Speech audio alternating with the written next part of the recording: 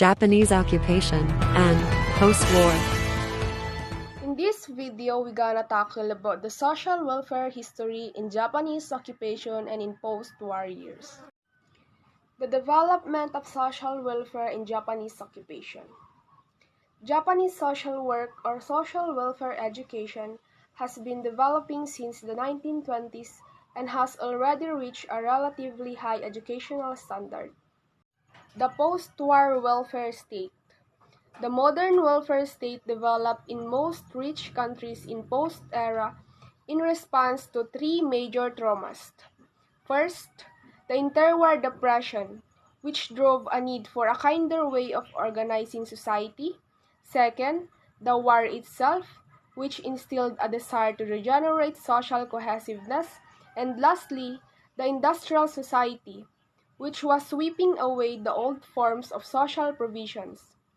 The welfare state is now under considerable pressure to change. This paper looks at the pressures to change, especially financial, and argues that while many of the contentions favoring reform are spurious, many of the assumptions that implicitly underpin the first 50 years of the welfare state no longer hold.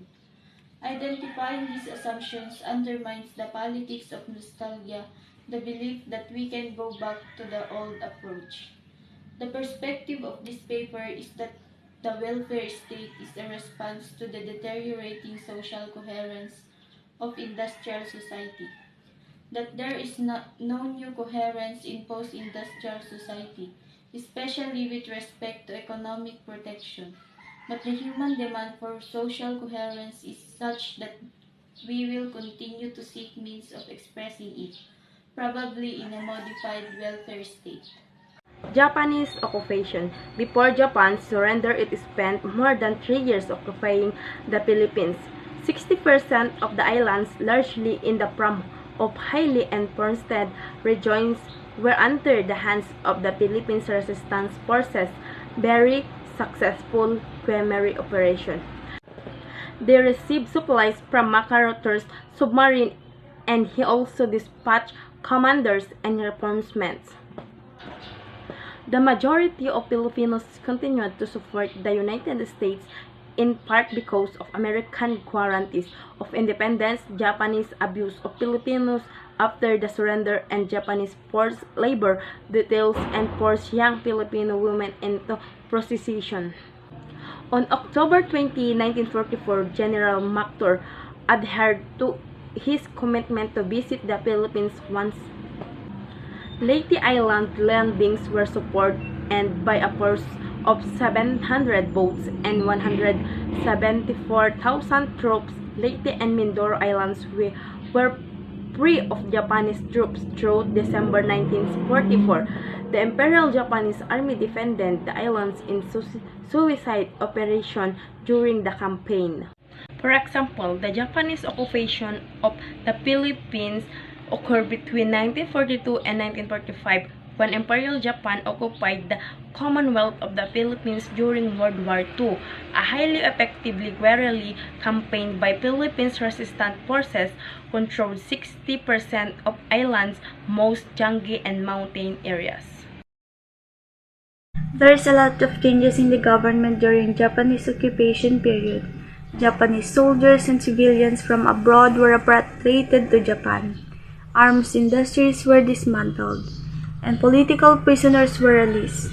Japan re-announced its right to wage war.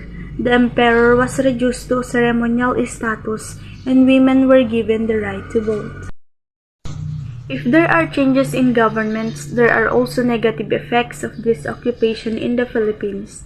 The worst is that the Philippines had suffered great loss of life and tremendous physical destruction by the time the war was ended. As estimated, 527 million Filipinos, both military and civilians, has been killed from all causes. Of this, between 131 million and 164 million were killed in 72 war crime events. Inanunsyo ng Japan ang kanilang pagsuko sa World War II.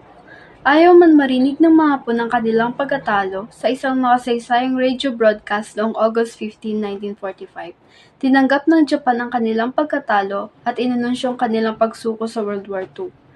Ani Emperor Hirohito ng Japan, ang dahilan ng kanilang pagsuko ay ang pangamba na mabura sa mundo ang lahing Hapon, kasunod ng pagbagsak sa kanilang bansa ng the most cruel bomb o ang atomic bomb. The Japanese race will be destroyed if the war continues, pahayag ni Emperor Hirohito sa kanyang memoirs. Marami munang kaganapan ang nangyari bago ang pag-anunsyo ng Japanese Empire. Nauna nang sumuko ang Germany sa digmaan, ngunit nanatiling matatag pa rin ang Japan. Hinimok ng mga bansang Great Britain, US at China na sumuko na ang Japan. Kasunod ng Potsdam Declaration noong July 26, 1945. At kung hindi, mapipilitan sila na pulbusin ang Japan. Sa kabila ng banta, hindi pa rin natinag ang Japan. August 6, 1945, 8:15 a.m. Ibinagsak ang atomic bomb sa Hiroshima, Japan. Makalipas ang ilang araw, sinalakay ng Soviet Union ang Manchuria, na nooy kontrolado ng Japan. August 9, ibinagsak ang ikalawang atomic bomb sa Nagasaki, Japan. Dito na hinimok ni Emperor Hirohito ang Supreme Council for the Direction of War na tanggapin na ang pagsuko sa digmaan. Japanese occupation. Social welfare activities during the period consisted mainly of giving medical cares and treatment as well as food and clothing to the wounded soldiers, prisoners, and civilians. The post-war years. In 1946, the Bureau of Public Welfare opened but lack of funds limited its operation. In October 4, 1947, the Bureau becomes the Social Welfare Commission and has placed under the office of the President. August 1948, President Quirino created the President Action Committee of the Social Amelioration. It is a comprehensive program of health, education, welfare, agriculture, public works, and financing. 1948, UNICEF became active in the Philippines, established basic health care services to mothers and children, consisting the medical care, feeding program, and health education. January 3, 1951, the Social Welfare Commission of the President's Action Committee of the Social Amelioration here post into one agency called Social Welfare Administration.